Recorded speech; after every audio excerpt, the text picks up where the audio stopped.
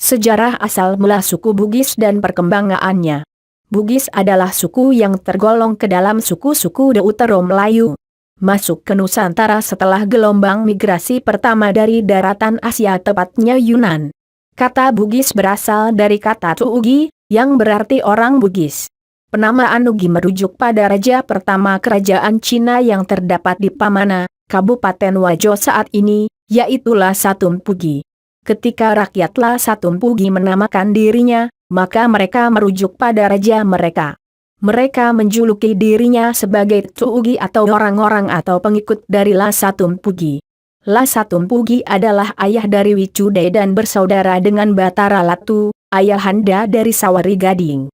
Sawari Gading sendiri adalah suami dari Wicude dan melahirkan beberapa anak termasuk Lagaligo yang membuat karya sastra terbesar di dunia dengan jumlah kurang lebih 9.000 halaman folio. Sawari Gading Opunaware, yang dipertuan di Ware, adalah kisah yang tertuang dalam karya sastra Lagaligo dalam tradisi masyarakat Bugis.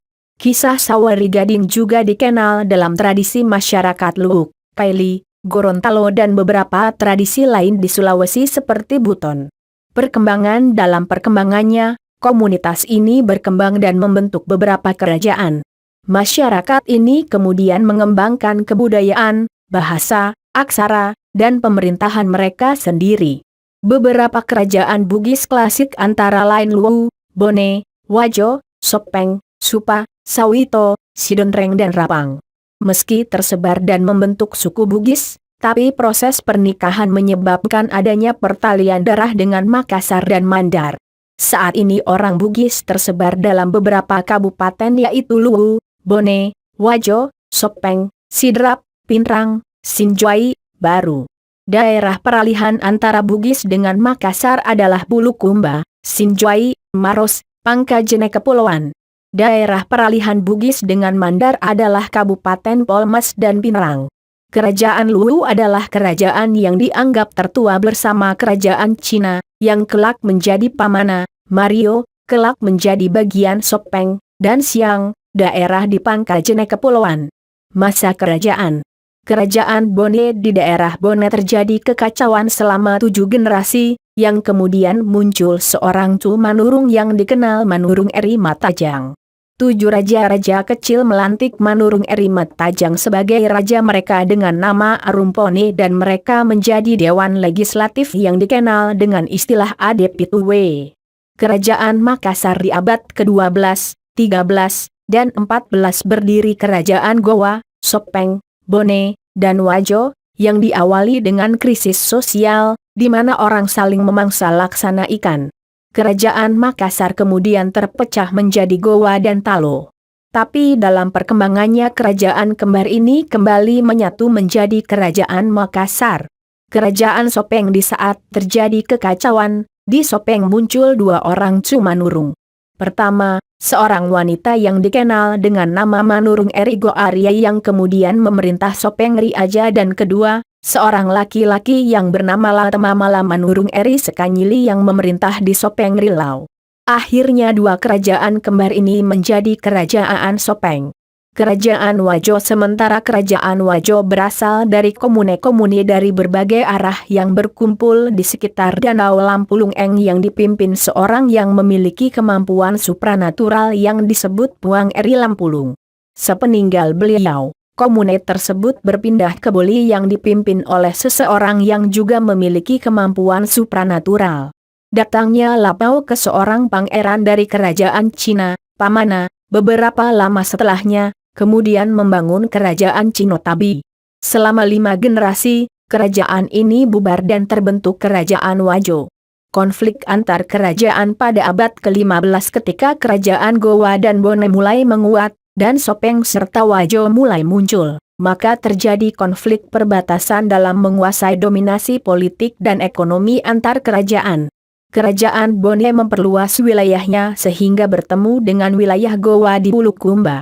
Sementara, di utara, Bone bertemu Luwu di Sungai Walenae. Sedang Wajo, perlahan juga melakukan perluasan wilayah. Sementara Sopeng memperluas ke arah barat sampai di Baru.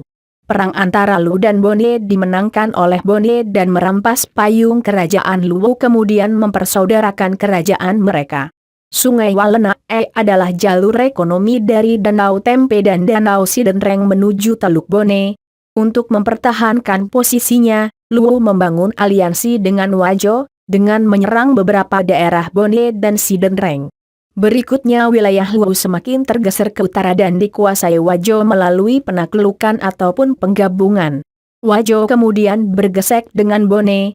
Invasi Gowa kemudian merebut beberapa daerah Bone serta menaklukkan Wajo dan Sopeng. Untuk menghadapi hegemoni Gowa, kerajaan Bone, Wajo dan Sopeng membuat aliansi yang disebut Telumpocu. Penyebaran Islam pada awal abad ke-17. Datang penyiar agama Islam dari Minangkabau atas perintah Sultan Iskandar Muda dari Aceh. Mereka adalah Abdul Makmur, Datuk Ribandang, yang mengislamkan Gowa dan Talo, Sulaiman, Datuk Patimang, menyebarkan Islam di Luwu, dan Nurdin Aryani, Datuk Ritiro, yang menyiarkan Islam di Bulukumba. Kolonialisme Belanda pertengahan abad ke-17. Terjadi persaingan yang tajam antara Gowa dengan Foce hingga terjadi beberapa kali pertempuran. Sementara Arumpone ditahan di Gowa dan mengakibatkan terjadinya perlawanan yang dipimpin Latenri Tata Deeng Serang Arung Palaka. Arung Palaka didukung oleh Turatea, kerajaan kecil Makassar yang tidak sudi berada di bawah Gowa. Sementara Sultan Hasanuddin didukung oleh menantunya Latenri Laito Sengeng Arung Matoa Wajo, Maradia Mandar, dan Datu Luwu. Perang yang dahsyat mengakibatkan benteng Somba Opulu lantak. Kekalahan ini mengakibatkan ditandatanganinya perjanjian Bongaya yang merugikan kerajaan Gowa. Pernikahan Lapatau dengan putri Datu Luwu, Datu Sopeng, dan Somba Gowa adalah sebuah proses rekonsiliasi atas konflik di Jazirah Sulawesi Selatan.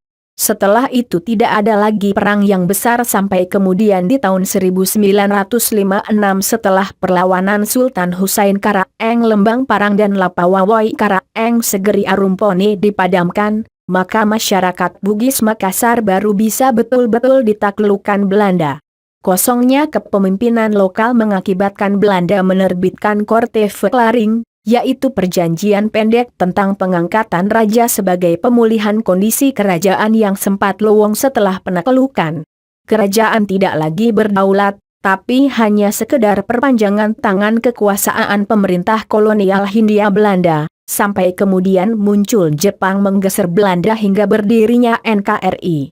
Masa kemerdekaan para raja-raja di Nusantara bersepakat membubarkan kerajaan mereka dan melebur dalam wadah NKRI.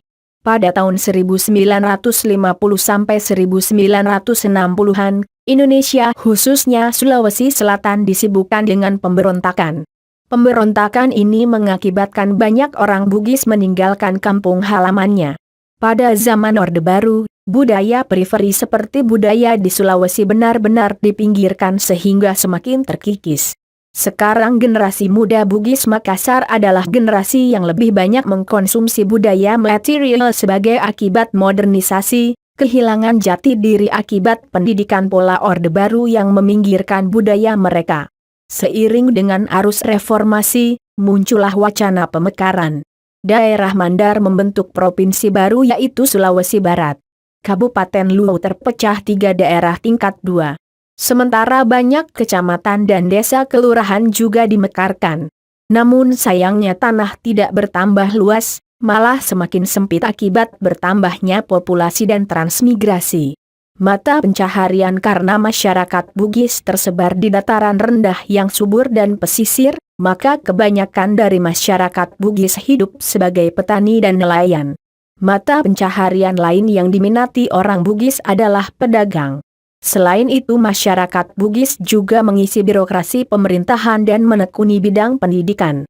Bugis perantauan kepiawaian suku Bugis Makassar dalam mengarungi samudra cukup dikenal luas, dan wilayah perantauan mereka pun hingga Malaysia, Filipina, Brunei, Thailand, Australia, Madagaskar dan Afrika Selatan.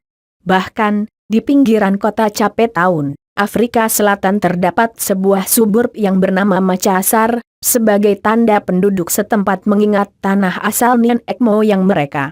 Penyebab merantau konflik antara kerajaan Bugis dan Makassar serta konflik sesama kerajaan Bugis pada abad ke-16, 17, 18 dan 19, menyebabkan tidak tenangnya daerah Sulawesi Selatan.